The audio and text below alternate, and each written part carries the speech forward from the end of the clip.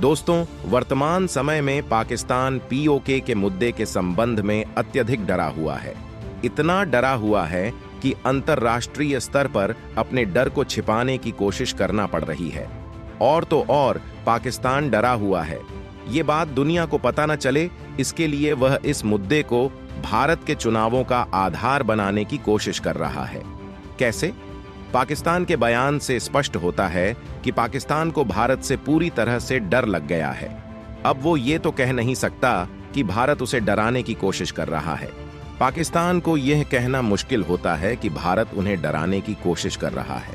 पाकिस्तान ने इस मुद्दे का समाधान करने के लिए एक नया दृष्टिकोण अपनाया है। डर से बचने के लिए उन्होंने अंतर्राष्ट्रीय स्तर पर समस्त विश्व के सामने एक नया पहेली रखा है और उनके डर को नामकरण किया, भारत पर होने वाले चुनाव के नाम पर किए जा रहे लोकल भाव न ले। पाकिस्तानी विदेश मंत्रालय की एक प्रवक्ता ने बताया कि भारत अपने भाषणों में पीओके के नाम पर पाकिस्तान का नाम नहीं ले। इसी तरह पाकिस्तान अपने डर को भारत के चुनावों की बहस के माध्यम से छुपाने की कोशिश कर रहा है।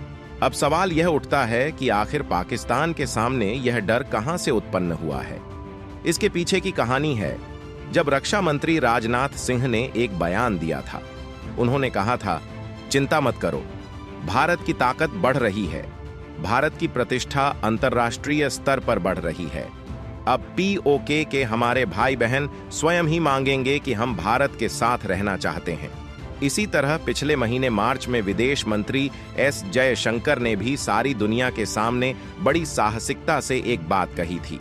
उन्होंने कहा था, पीओके पर समूचा देश एक साथ हैं। सब मानते हैं कि पीओके भारत का एक हिस्सा है और यही हमारा मार्ग है।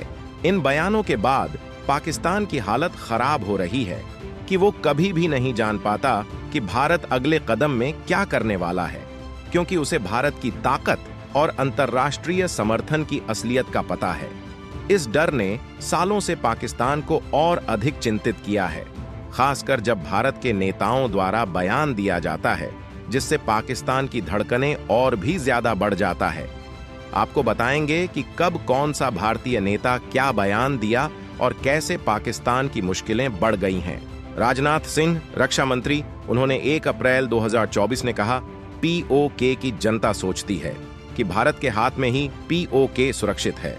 राजनाथ सिंह, रक्षा मंत्री, उन्होंने 22 अप्रैल 2024 ने कहा कि चिंता की बात नहीं, पीओके हमारा था, हमारा है और हमारा रहेगा।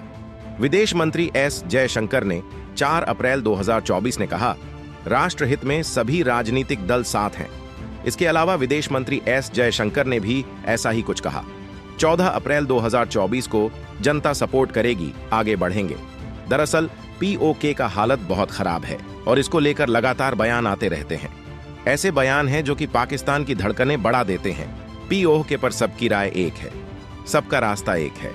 27 अक्टूबर 2023 को यूपी के मुख्यमंत्री योगी आदित्यनाथ ने कहा कि कश्मीर अब कोई मुद्दा नहीं है, भारत में शामिल होना चाहता है पीओके, पाकिस्तान ऑक्यूपाइड कश्मीर। जाहिर सी बात है कि ऐसे बयान जब भारत के नेताओं की ओर से आते हैं तो जो पीओके पहले से ही पाकिस्तान से अलग होने के लिए बेचैन हो रहा है, तो ऐसे में पाकिस्तान के जो है वो दहशत में आ जाते हैं। दोस्तों, सब सुनने के बाद आपको कुछ कहना है तो कमेंट्स बॉक्स में लिखें। अगर आपको यह वीडियो अच्छा लगे तो लाइक और सब्सक्राइब करना ना भूलें।